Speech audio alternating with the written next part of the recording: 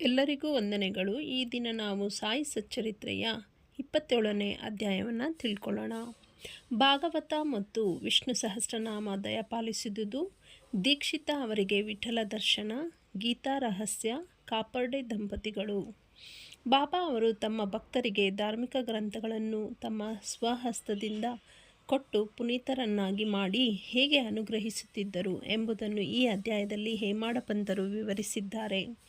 ಮಾನವನು ಸಾಗರದಲ್ಲಿ ಸ್ನಾನ ಮಾಡಿದರೆ ಸಮಸ್ತ ಪವಿತ್ರ ಕ್ಷೇತ್ರಗಳಲ್ಲಿಯೂ ಮತ್ತು ಪುಣ್ಯ ನದಿಗಳಲ್ಲಿಯೂ ಮಿಂದ ಪುಣ್ಯ ದೊರಕುತ್ತದೆ.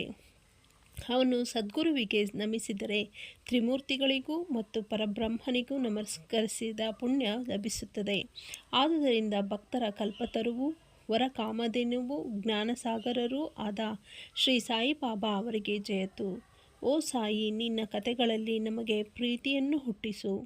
ಜಾತಕ ಪಕ್ಷಿಯು ಮಳೆಯ ನೀರನ್ನು ಕುಡಿದು ಸಂತೋಷ ಪಡುವಂತೆ ವಾಚಕರು ಮತ್ತು ಶ್ರವಣ ಮಾಡುವವರು ನಿನ್ನ ಕಥೆಗಳನ್ನು ಸಹ ಅದೇ ಥರದ ರುಚಿಯಿಂದ ಸ್ವಾದಿಸುವಂತಾಗಲಿ.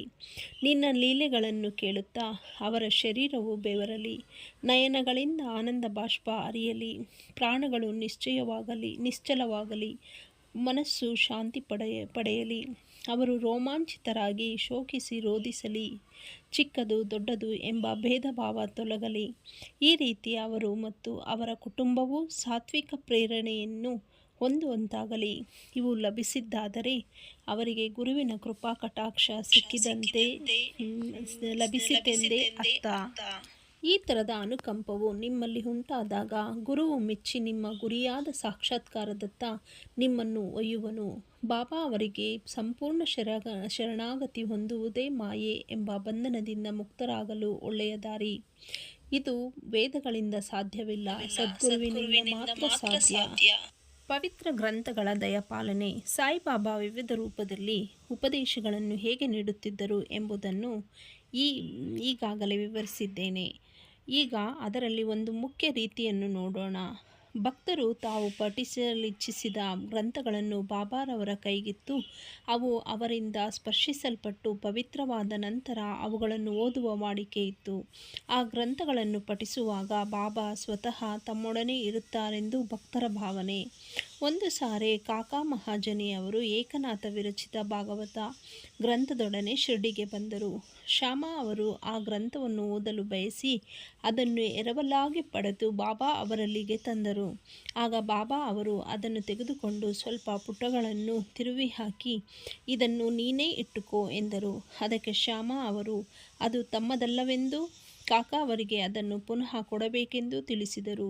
ಆಗ ಬಾಬಾ ಅವರು, ಬೇಡ, ನಿನಗೆ ಕೊಟ್ಟಿದ್ದೇನೆ, ಅದನ್ನು ಭದ್ರವಾಗಿ ಕಾಪಾಡು, ನೀನೇ ಇಟ್ಟುಕೋ, ಅದರಿಂದ ನಿನಗೆ ಪ್ರಯೋಜನವಿದೆ ಎಂದರು. ಈ ರೀತಿ ಬಾಬಾ ಅವರು ಶ್ಯಾಮಾ ಅವರಿಗೆ ಅನೇಕ ಗ್ರಂಥಗಳನ್ನು ದಯಪಾಲಿಸಿದ್ದರು. ಕೆಲವು ದಿನಗಳ ನಂತರ ಕಾಕಾ ಮಹಾಜನಿಯವರು ಏಕನಾಥ ಭಾಗವತದ ಮತ್ತೊಂದು ಪ್ರತಿಯನ್ನು ತಂದು ಬಾಬಾ ಅವರ ಕೈಗಿತ್ತರು. ಆಗ ಬಾಬಾ ಅವರು ಅದನ್ನು ಸ್ಪರ್ಶಿಸಿ, ಇದನ್ನು ಕಾಪಾಡು ಎಂದು ಹೇಳಿ ಹಿಂತಿರುಗಿಸಿದರು. ಕಾಕಾ ಅವರು ಅದನ್ನು ಪ್ರಸಾದವಾಗಿ ಸ್ವೀಕರಿಸಿ ನಮಸ್ಕರಿಸಿದರು. ಶ್ಯಾಮಾ ಅವರಿಗೆ ವಿಷ್ಣು ಸಹಸ್ರನಾಮ.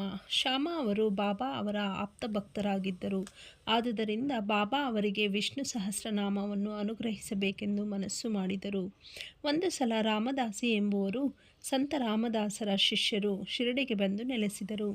ಪ್ರತಿದಿನ ಮುಂಜಾನೆ ಎದ್ದು ಮುಖ ತೊಳೆದು ಸ್ನಾನ ಸಂಧ್ಯಾವಂದನೆಗಳನ್ನು ಮುಗಿಸಿ ವಿಷ್ಣು ಸಹಸ್ರನಾಮವನ್ನು ಮತ್ತು ಆಧ್ಯಾತ್ಮ ರಾಮಾಯಣವನ್ನು ಬಹಳ ಭಕ್ತಿಯಿಂದ ಓದುತ್ತಿದ್ದರು.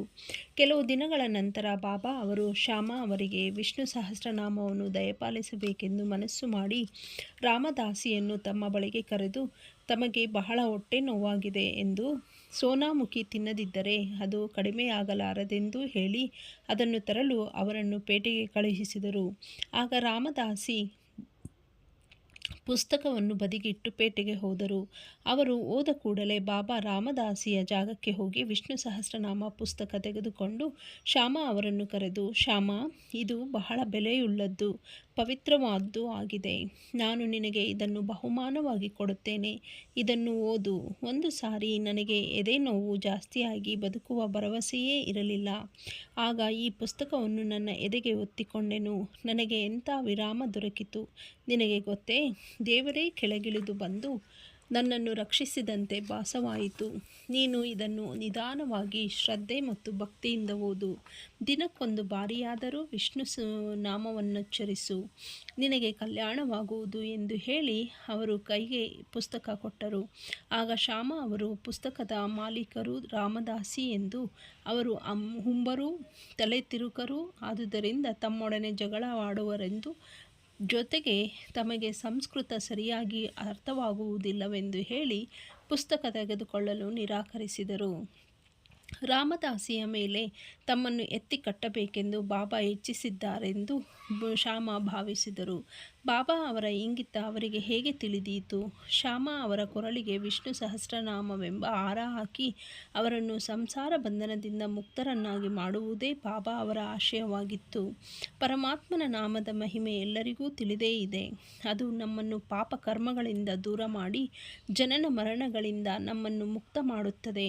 ಇದಕ್ಕಿಂತ ಸುಲಭವಾದ ಸಾಧನ ಬೇರೊಂದಿಲ್ಲ. ಅದಕ್ಕೆ ಯಾವ ವಿಧವಾದ ಸಾಮಾನು ಸರಂಜಾಮುಗಳ ಅವಶ್ಯಕತೆ ಇಲ್ಲ. ಅದಕ್ಕೆ ನಿಬಂಧನೆಗಳಿಲ್ಲ. ಅದು ಎಷ್ಟು ಸುಲಭ ಸಾಧ್ಯವೋ ಅಷ್ಟೇ ಪರಿಣಾಮಕಾರಿ. ಆದುದರಿಂದಲೇ ಬಾಬಾ ಶ್ಯಾಮ ಅವರಿಗೆ ಅದನ್ನು ತೆಗೆದುಕೊಳ್ಳಲು ಒತ್ತಾಯಪಡಿಸಿದರು. ರಾಮದಾಸಿ ಸೋನಾಮುಖಿಯೊಡನೆ ಹಿಂತಿರುಗಿದರು. ಆ ಸಂದರ್ಭದಲ್ಲಿ ಅಲ್ಲಿಯೇ ಇದ್ದ ಅಣ್ಣ ಚಿಂಚಣೀಕರ ನಾರದರ ಪಾತ್ರವಹಿಸಿ ನಡೆದ ಸಮಾಚಾರ ಕೂಡಲೇ ಅವರಿಗೆ ತಿಳಿಸಿದರು. ಇದನ್ನು ಕೇಳಿ ರಾಮದಾಸಿ ಬಹಳ ಕೋಪಗೊಂಡು ಶ್ಯಾಮ ಅವರ ಬಳಿಗೆ ಬಂದು, ಈ ಪುಸ್ತಕವನ್ನು ಪಡೆಯಲು ಸುಗ ಬಾಬಾ ಅವರಿಗೆ ಹೊಟ್ಟೆ ನೋವೆಂದು ಸುಳ್ಳು ಹೇಳಿ ನನ್ನನ್ನು ಸೋನಾಮುಖಿ ತರಲು ಕಳಿಸಲು ನೀವೇ ಕಾರಣರು ಎಂದು ಗದರಿಸಿದರು. ಶ್ಯಾಮ ಅವರನ್ನು ತೆಗಳಲು ಶುರು ಮಾಡಿದರು. ಪುಸ್ತಕವನ್ನು ಮರಳಿ ಕೊಡದಿದ್ದರೆ ನಿಮ್ಮ ತಲೆ ಹೊಡೆಯುವನೆಂದರು. ಆಗ ಶ್ಯಾಮ ಶಾಂತ ರೀತಿಯಿಂದ ಅವರೊಡನೆ ಮಾತಾಡಿ ವಿಫಲರಾದರು. ನಂತರ ಬಾಬಾ ರಾಮದಾಸಿಯನ್ನು ಕುರಿತು, ರಾಮದಾಸಿ, ಹೀಗೇಗೆ ವರ್ತಿಸುತ್ತಿ? ಏತಕ್ಕೆ ಕೋಪಗೊಂಡಿರುವೆ? ಶ್ಯಾಮ ನಮ್ಮ ಹುಡುಗನೇ ಅಲ್ಲವೇ? ಅನಾವಶ್ಯಕವಾಗಿ ಅವನನ್ನೇಕೆ ತೆಗಳುವೆ? ಇದೇನು ಈಚೆಗೆ ಬಹಳ ಗಂಟನಾಗಿರುವೆ? ನಿನಗೆ ಮೃದು ನುಡಿ ಬಾರವೇ? ಪ್ರತಿನಿತ್ಯವೂ ಪವಿತ್ರ ಗ್ರಂಥಗಳನ್ನು ಪಠಿಸುತ್ತಿ, ಆದರೂ ನಿನ್ನ ಮನಸ್ಸು ಶುಚಿಯಾಗಿಲ್ಲ. ನಿನ್ನ ಕ್ರೋಧಕ್ಕೆ ಯಾವುದೇ ಮಿತಿ ಇದ್ದಂತಿಲ್ಲ. ನೀನೆಂಥ ರಾಮದಾಸಿಯೋ? ಸಕಲ ವಸ್ತುಗಳಲ್ಲಿಯೂ ವಿರಕ್ತಿಯನ್ನು ತೋರಿಸಬೇಕು. ನಿಜವಾದ ರಾಮದಾಸಿಗೆ ಮಮತೆ ಇರುವುದಿಲ್ಲ.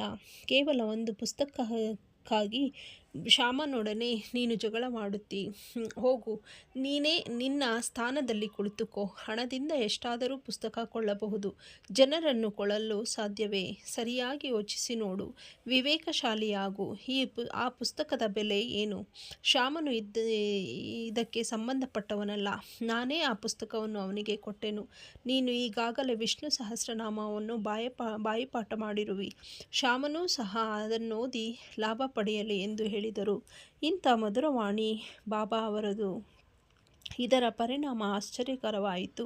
ರಾಮದಾಸಿಯು ಕೂಡಲೇ ಶಾಂತನಾಗಿ ಶ್ಯಾಮ ಅವರನ್ನು ಕರೆದು ವಿಷ್ಣು ಸಹಸ್ರನಾಮಕ್ಕೆ ಬದಲಾಗಿ ಪಂಚರತ್ನ ಗೀತೆಯನ್ನು ಕೊಡಲು ಕೇಳಿದನು. ಅದಕ್ಕೆ ಶ್ಯಾಮ, ಒಂದೇ ಏಕೆ 10 ಪ್ರತಿಗಳನ್ನು ಕೊಡುವೆನು ಎಂದರು.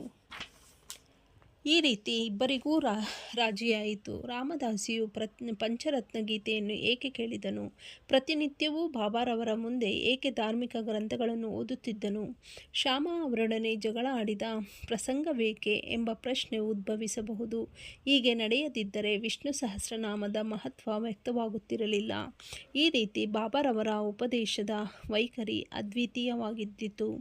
ನಂತರ ಶ್ಯಾಮ ಆ ಪುಸ್ತಕ ಓದಿ ಚೆನ್ನಾಗಿ ಅರ್ಥ ಮಾಡಿಕೊಂಡು ಪುಣೆಯ ಇಂಜಿನಿಯರಿಂಗ್ ಕಾಲೇಜಿನ ಪ್ರೊಫೆಸರ್ ಜಿ ನಾಥ್ಗೆ ಅವರಿಗೆ ವಿವರಿಸಲು ಸಮರ್ಥರಾದರು. ವಿಠಲ ದರ್ಶನ. ಒಂದು ದಿನ ಕಾಕಾ ಸಾಹೇಬರು ಬೆಳಿಗ್ಗೆ ಸ್ನಾನವಾದ ಬಳಿಕ ಜಪ ಮಾಡುತ್ತಿದ್ದಾಗ ವಿಠಲನ ದರ್ಶನವಾಯಿತು. ನಂತರ ಮಸೀದಿಗೆ ಹೋದಾಗ ಸಾಯಿಬಾಬಾ, ವಿಠಲನ ದರ್ಶನವಾಯಿತೆ? ಅವನು ಬಹುತುಂಟ, ಭದ್ರವಾಗಿ ಹಿಡಿದುಕೋ, ಇಲ್ಲದಿದ್ದರೆ ತಪ್ಪಿಸಿಕೊಳ್ಳುವನು ಎಂದರು. ಸರಿಯಾಗಿ ಮಧ್ಯಾಹ್ನದ ಹೊತ್ತಿಗೆ ಒಬ್ಬನು ಪಂಢರಾಪುರದ ವಿಠಲನ 20-25 ಫೋಟೋ ಮಾರಲು ಶಿರಡಿಗೆ ಬಂದನು. ಕಾಕಾ ಕೂಡಲೇ ಆ ಫೋಟೋ ನೋಡಿ ಅವು ತಾವು ಧ್ಯಾನಾಸಕ್ತರಾಗಿದ್ದಾಗ ಕಂಡ ವಿಠಲನ ಮೂರ್ತಿಯಂತೆಯೇ ಇದ್ದುದನ್ನು ಕಂಡು ಚಕಿತರಾದರು. ಆಗ ಬಾಬಾ ಅವರ ಮಾತುಗಳು ನೆನಪಿಗೆ ಬಂದವು. ಆದುದರಿಂದ ಕೂಡಲೇ ಭಕ್ತಿಯಿಂದ ಒಂದು ಫೋಟೋ ಕೊಂಡು ಪೂಜಾಗೃಹದಲ್ಲಿ ಇಟ್ಟು ಪೂಜಿಸತೊಡಗಿದರು. ಗೀತಾ ರಹಸ್ಯ. ಬಾಬಾ ಬ್ರಹ್ಮವಿದ್ಯೆ ಅಭ್ಯಾಸ ಮಾಡುವವರನ್ನು ಯಾವಾಗಲೂ ಬಹಳ ಪ್ರೀತಿಸುತ್ತಿದ್ದರು. ಒಂದು ಸಾರಿ ಬಾಪು ಸಾಹೇಬ ಜೋಗ ಅವರಿಗೆ ಲೋಕಮಾನ್ಯ ತಿಲಕ ಅವರಿಂದ ರಚಿತವಾದ ಗೀತಾ ರಹಸ್ಯ ಎಂಬ ಪುಸ್ತಕವು ಅಂಚೆ ಮೂಲಕ ಬಂದಿತು. ಅವರು ಹಾಗೆಯೇ ಅದನ್ನು ಕಂಕುಳದಲ್ಲಿ ಇಟ್ಟುಕೊಂಡು ಬಾಬಾರವರ ದರ್ಶನ ಪಡೆಯಲು ಮಸೀದಿಗೆ ಬಂದರು. ಆಗ ಪುಸ್ತಕವು ಜಾರಿ ಬಾಬಾರವರ ಹತ್ತಿರ ಬಿದ್ದಿತು. ಬಾಬಾ ಅವರು ಅದೇನೆಂದು ಕೇಳಲು ಬಾಪು ಸಾಹೇಬ ಕಟ್ಟನ್ನು ಬಿಚ್ಚಿ ಪುಸ್ತಕವನ್ನು ಬಾಬಾ ಅವರ ಕೈಗಿತ್ತರು. ಆಗ ಬಾಬಾ ತಮ್ಮ ಕಿಸೆಯಿಂದ 1 ರೂಪಾಯಿಯನ್ನು ತೆಗೆದು ಆ ಪುಸ್ತಕದ ಮೇಲಿಟ್ಟು ಅದನ್ನು ಅವರಿಗೆ ಕೊಟ್ಟು, ಇದನ್ನು ಪೂರ್ತಿಯಾಗಿ ಓದು, ನಿನಗೆ ಒಳ್ಳೆಯದಾಗುತ್ತದೆ ಎಂದರು. ಕಾಪರ್ಡೆ ದಂಪತಿಗಳು. ಕಾಪರ್ಡೆಯವರ ವಿಚಾರವನ್ನು ಸ್ವಲ್ಪ ಹೇಳಿ ಈ ಅಧ್ಯಾಯವನ್ನು ಮುಗಿಸೋಣ. ಒಂದು ಸಾರಿ ದಾದಾ ಸಾಹೇಬ ಕಾಪರ್ಡೆಯವರು ಕುಟುಂಬ ಸಮೇತ ಶಿರಡಿಗೆ ಬಂದು ಕೆಲವು ಕಾಲ ಅಲ್ಲಿ ವಾಸಿಸಿದ್ದರು. ದಾದಾ ಸಾಹೇಬರು ಸಾಮಾನ್ಯರಲ್ಲ. ಅವರು ದಿಲ್ಲಿ ರಾಜ್ಯ ಪರಿಷತ್ತಿನ ಸದಸ್ಯರು, ಅಮರಾವತಿಯ ಪ್ರಸಿದ್ಧ ವಕೀಲರು, ಸುಪ್ರಸಿದ್ಧ ಭಾಷಣಕಾರರೂ ಸಹ ಆಗಿದ್ದರು. ಆದರೆ ಬಾಬಾರವರ ಎದುರಿಗೆ ಮಾತನಾಡಲು ಅವರಿಗೆ ಧೈರ್ಯವಿರಲಿಲ್ಲ. ಅನೇಕರು ಬಾಬಾ ಅವರೊಡನೆ ವಾದಿಸುತ್ತಿದ್ದರು. ಆದರೆ ಕಾಪರ್ಡೆ, ನೂಲಕರ, ಬೂಟಿ ಇವರು ಮಾತ್ರ ಮೌನದಿಂದ ಇರುತ್ತಿದ್ದರು. ಅವರು ಸೌಮ್ಯವಾಗಿಯೂ ವಿನಯ ಸಂಪನ್ನರಾಗಿಯೂ ಇದ್ದರು. ಪಂಚದಶಿ ವಿದ್ಯಾರಣ್ಯದಿಂದ ರಚಿತವಾದ ವೇದಾಂತದ ತಿರುಳು ಯನ್ನು ಸ್ಪಷ್ಟವಾಗಿ ವಿವರಿಸಬಲ್ಲವರಾದ ದಾದಾ ಸಾಹೇಬ ಬಾಬಾರವರು ಎದುರು ಒಂದು ಮಾತು ಸಹ ಆಡುತ್ತಿರಲಿಲ್ಲ. ಮಾನವನು ಎಷ್ಟೇ ವಿದ್ವಾಂಸನಾಗಿದ್ದರೂ ಬ್ರಹ್ಮಜ್ಞಾನ ಪಡೆದವನ ಸರಿಸಮಾನ ನಿಲ್ಲಲಾರನು. ಪಾಂಡಿತ್ಯವು ಬ್ರಹ್ಮಜ್ಞಾನದ ಎದುರು ಪ್ರಕಾಶಿಸಲಾರದು. ದಾದಾ ಸಾಹೇಬ 4 ತಿಂಗಳು, ಶ್ರೀಮತಿ ಕಾಪರ್ಡೆ 7 ತಿಂಗಳು ಶಿರಡಿಯಲ್ಲಿ ತಂಗಿದ್ದರು. ಶ್ರೀಮತಿ ಕಾಪರ್ಡೆಯವರು ನಿಶ್ಚಲವಾದ ಭಕ್ತಿಯುತರಾಗಿದ್ದರು. ಬಾಬಾ ಅವರನ್ನು ಅತಿಶಯವಾಗಿ ಪ್ರೀತಿಸುತ್ತಿದ್ದರು. ಪ್ರತಿನಿತ್ಯ ತಾವೇ ಸ್ವತಃ ಬಾಬಾ ಅವರಿಗೆ ನೈವೇದ್ಯ ತಂದು ಅರ್ಪಿಸಿ ಅವರು ಊಟ ಮಾಡಿದ ನಂತರವೇ ತಾವು ಊಟ ಮಾಡುತ್ತಿದ್ದರು. ಇವರ ನಿಶ್ಚಲವಾದ ಭಕ್ತಿಯನ್ನು ಕಂಡ ಬಾಬಾ ಇದನ್ನು ಇತರರಿಗೂ ತೋರಿಸಬೇಕೆಂದು ಮನಸ್ಸು ಮಾಡಿದರು. ಒಂದು ದಿನ ಶ್ರೀಮತಿಯವರು ಪೂರಿ, ಪಲ್ಯ, ಅನ್ನ, ಸಾರು ಮುಂತಾದವುಗಳನ್ನು ಮಸೀದಿಗೆ ತಂದರು. ಬಾಬಾ ಬಹಳ ಹೊತ್ತು ಕಾಯುತ್ತಿದ್ದು, ಇವರು ಬಂದ ಕೂಡಲೇ ಊಟ ಮಾಡಲು ಕುಳಿತು ಅವರು ತಂದ ಪದಾರ್ಥ ತಿನ್ನಲು ಆರಂಭಿಸಿದರು. ಆಗ ಶ್ಯಾಮ, ದೇವ, ಈ ಭೇದವೇಕೆ? ಇತರರು ತಂದ ನೈವೇದ್ಯವನ್ನು ಕಣ್ಣೆತ್ತಿಯೂ ಸಹ ನೋಡದೆ ಶ್ರೀಮತಿ ಕಾಪರ್ಡೆಯವರ ಆಹಾರವನ್ನು ಮಾತ್ರ ಸ್ವೀಕರಿಸುತ್ತಿದ್ದೀರಿ. ಇದು ನ್ಯಾಯವೇ ಹೇಳಿ ಎಂದು ಕೇಳಿದರು. ಆಗ ಬಾಬಾ, ಇದು ನಿಜವಾಗಿಯೂ ವಿಶೇಷವಾದ ಅಡಿಗೆ. ಈ ಮಹಿಳೆಯು ಮೊದಲು ಒಬ್ಬ ವರ್ತಕನ ಹಸುವಾಗಿ ಬಹಳ ಕಾಲ ಹಾಲು ಕೊಡುತ್ತಿದ್ದಳು. ನಂತರ ತೋಟಗಾರನ ವಂಶದಲ್ಲಿಯೂ ಕ್ಷತ್ರಿಯ ಕುಲದಲ್ಲಿಯೂ ಹುಟ್ಟಿ ವರ್ತಕನನ್ನು ಮದುವೆಯಾದಳು. ನಂತರ ಬ್ರಾಹ್ಮಣ ಕುಲದಲ್ಲಿ ಹುಟ್ಟಿದಳು. ಇವಳನ್ನು ಬಹಳ ಕಾಲದ ನಂತರ ನೋಡುತ್ತಿದ್ದೇನೆ. ಆದುದರಿಂದ ಅವಳ ಪ್ರೀತಿಯ 2 ತುತ್ತುಗಳನ್ನು ಸ್ವೀಕರಿಸುತ್ತಿದ್ದೇನೆ ಎಂಬುದಾಗಿ ವಿವರಿಸಿದರು. ಹೀಗೆ ಹೇಳಿ ಊಟ ಮುಗಿಸಿ ತೃಪ್ತಿಯಿಂದ ಆಸನದಲ್ಲಿ ಬಂದು ಕುಳಿತರು. ಆಮೇಲೆ ಶ್ರೀಮತಿ ಕಾಪರ್ಡೆ ಬಾಬಾ ಅವರ ಪಾದ ಸಂಸವಾದನ ಮಾಡುತ್ತಾ ಕುಳಿತರು. ಇದನ್ನು ನೋಡಿ ಶ್ಯಾಮ, ಸೇವೆ ಚೆನ್ನಾಗಿ ನಡೆಯುತ್ತಿದೆ.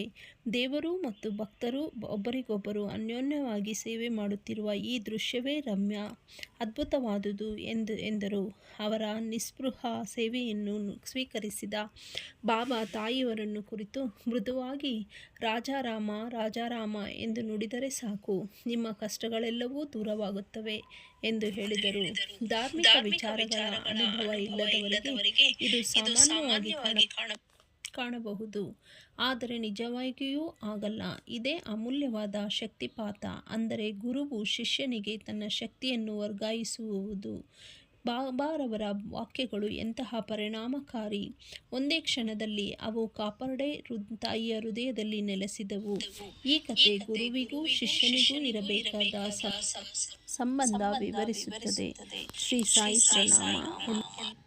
ಶ್ರೀ ಸಾಯಿ ಪ್ರಣಾಮ. ಎಲ್ಲರಿಗೂ ವಂದನೆಗಳು.